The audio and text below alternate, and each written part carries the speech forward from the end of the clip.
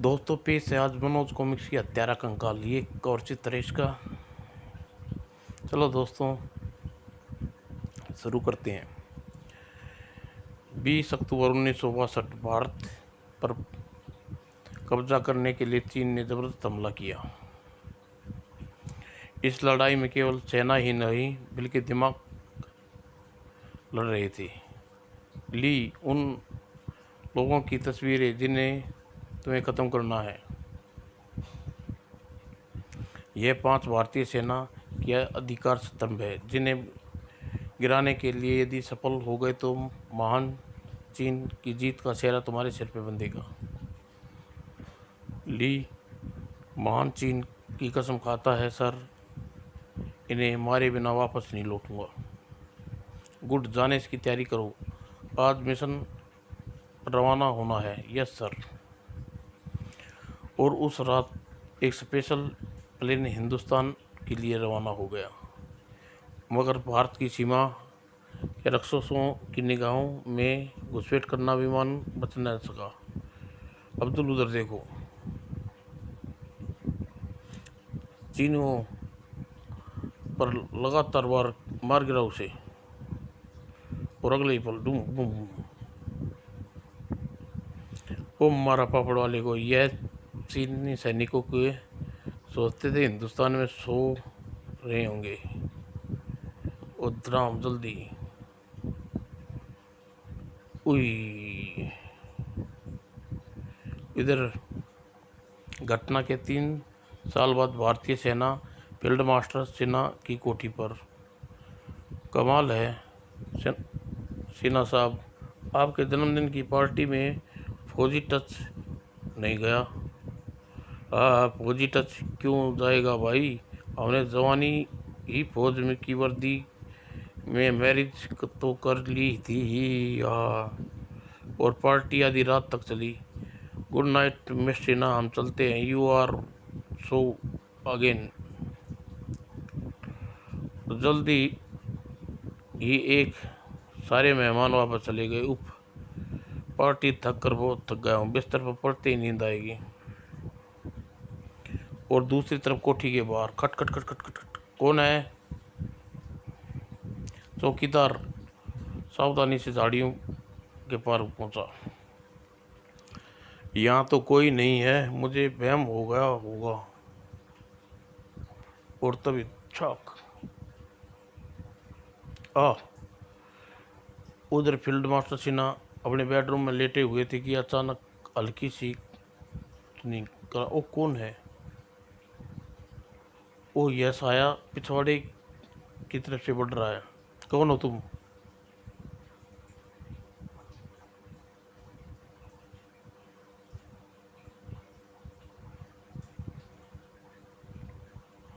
लाइटें ड्रा में लाइटें ऑन हुई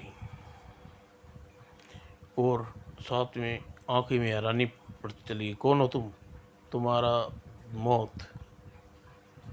खतरा भाव कर सिन्हा रिवॉल्वर की झपटा। तड़ाक तड़ाक। और इससे पहले मैं उठ पाता।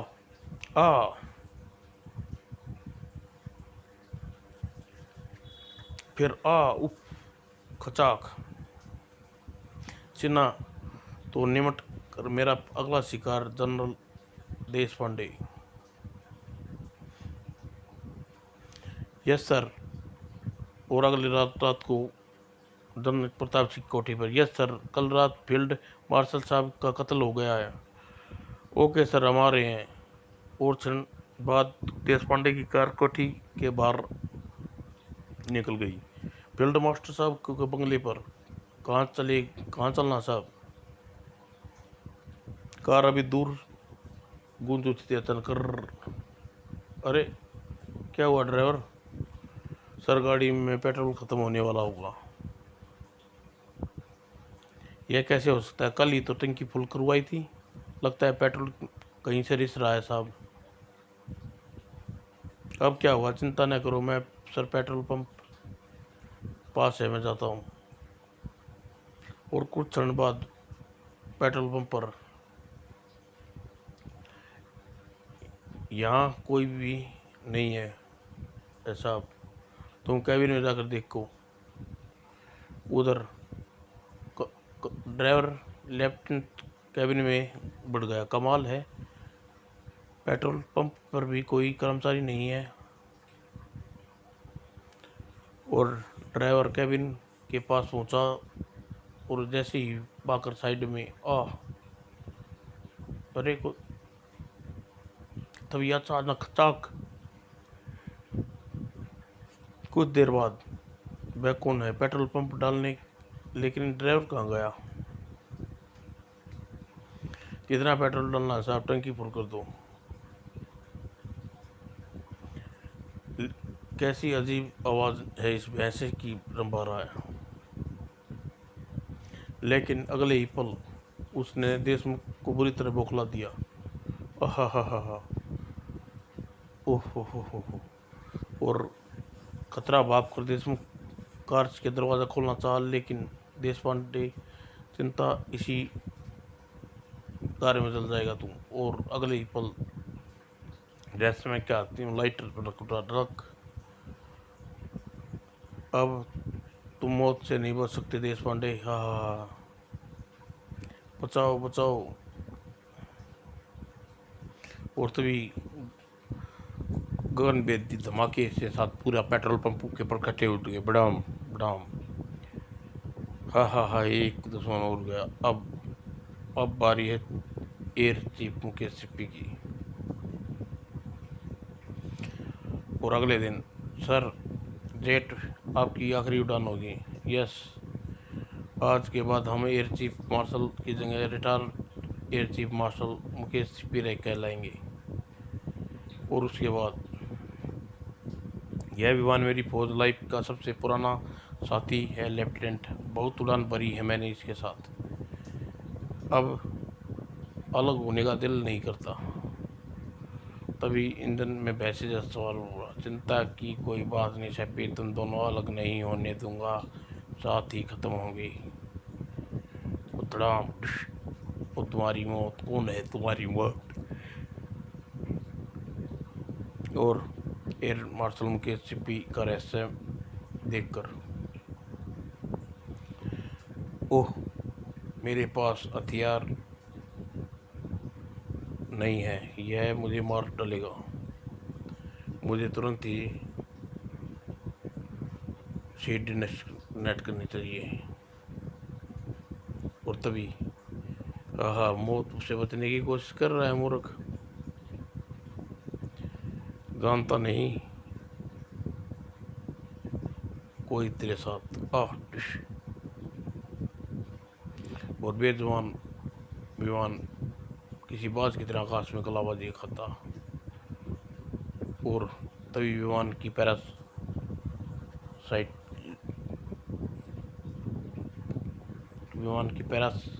सीट से बाहर निकली ट्यूं ट्यूं। और विमान उसका सोचना ठीक उसी क्षण और जिस समय पर सवार था रहस्यमय कंकाल, हमारे सिप्पी लाश मिलेगी, हा दुश्मन तीन, एक काम जरूरी और करना निपटाना है। चीन के सेंट्रल हेडक्वार्टर में तूफान आ गया। हा, मैं ये घटना 1 घंटे बाद, मैं कुंगली बोल रहा हूँ। आपके बताए अनुसार मैंने भारतीय के 3 महत्वपूर्ण व्यक्तियों की हत्या कर दी, और तुम ली कैसे हो सकते हो? वह तो विमान दुर्घटना में मर गया था। नो सर, मैं दुर्घटना में मेरा नहीं बल्कि जीवित बच गया था।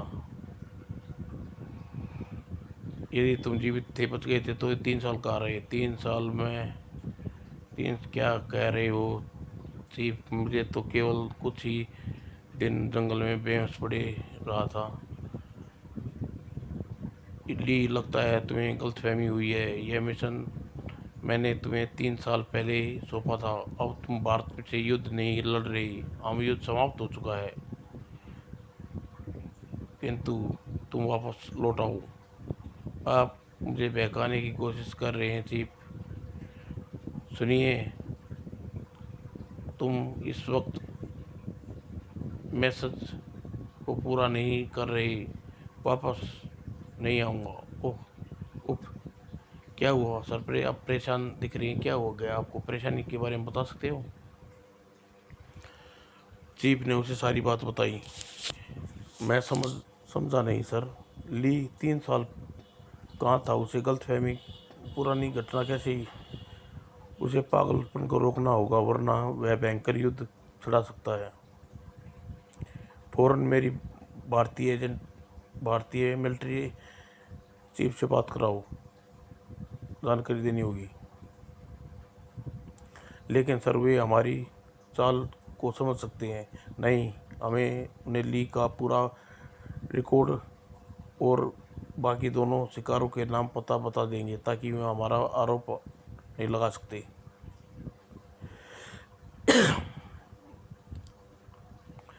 तुम फौरन संपर्क करने की कोशिश करो। Yes sir. और भारतीय मिलिट्री हेडक्वार्टर में कुछ समझ में नहीं आता सर, क्या कह रहे हैं? 2 दिनों से हम अंदर सेना के 3 महत्वपूर्ण आदमियों का कत्ल हो चुका है।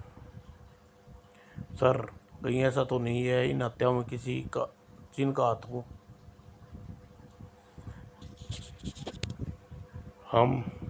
हम कुछ भी नहीं कह सकते। वो हो सकता है भारत में परमाणु पूर्ण परिणाम नहीं है, आते ही हम देश को तोहमत नहीं लगा सकते। और तभी सारी सारी डिस्टर्ब हो सर। आपके लिए चीन से मिलिट्री चीफ का आदेश है, बात कराओ। मैं चीन से सीक्रेट सर्विस आप फुंगली चीफ बोल रहा हूँ महोदय। मैं सुन रहा हूँ, कहिए क्या कहना चाहते हैं? फिर उधर से जो कहा गया सुनकर बड़े उछल पड़े भारतीय एजेंट चीफ। क्या कह रहे हैं आप? मैं सही कह रहा हूँ महोदय। आपके देश में 3 महत्वपूर्ण हत्याएं हैं, जिसके हमारा देश का एक पुंगफू नाम का एक जासूस है। अगर ये सही है तो तुम्हारे देश के विश्व शांति के नियम की उल्लंघन किया है। इसका क्रोध न हो महाराज महोदय। पहले ही आपको मेरी बात सुन ली, फिर निर्णय पहुंचना। ओके, कहिए क्या कहना चाहते हैं आप? उधर फिर चीन के सैन्य सारी बात शिव चोखा। ओह, फिर तो आप हमें क्या चाहते हैं? या तो आप उस पागल जासूस को गिरफ्तार करें या हमारे हवाले कर दें, हम उसे ख़त्म कर दें।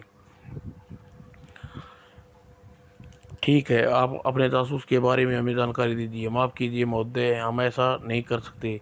चूँकि जासूस हमारे वर्षों से मरा हुआ समझ रहे थे, इसलिए उसकी आज तक नहीं जानते हुए कहाँ और किस स्थिति में है।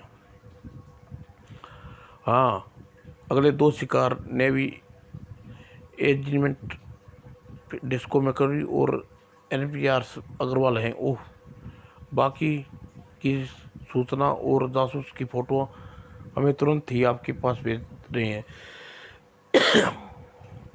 ये उस मंदिर से होने के बाद ये 3 हत्याएं एक खतरनाक जासूस द्वारा की गई है। फिर ये पागल हो चुका है, उसे किसी तरह रोकना होगा। विजय, इस केस में तुम्हारे नियुक्त करता हूँ। अब तुम अग्रवाल और मिस्टर मारियो की सुरक्षा की जिम्मेदारी तुम पर है सर।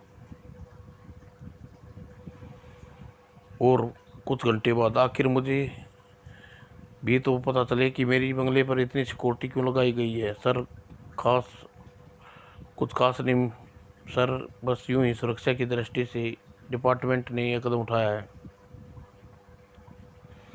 फिलहाल एडमिनिस्ट्रेटर साहब, हमारे हत्यारे के बारे में बता दीजिए। बेकार है, चिंतित हो उठेंगे। आधी रात होने को जा रही है, अगर कुछ नहीं हुआ। आधी रात काली चादर फैलती जा रही थी। तभी अरे, यह धमाका कैसा? मुझे देखना चाहिए। और कोठी पर क्यों कोहराम मच गया हुआ था। हाँ हाँ, मेरी कमीज के बटन चारों मौत के घाट पर सा देंगे। हाँ हाँ हाँ। उधर कोठी के अंदर ऐसा लग रहा है जैसे बाहर कोई युद्ध छिड़ गया हो। तभी मारियो की नज़र मारियो पड़ी। ओह, उस बालकनी पर पहुंचा। ओह गार्ड, लान में फौजों की जवानों की लाशें। किसने किया है सब?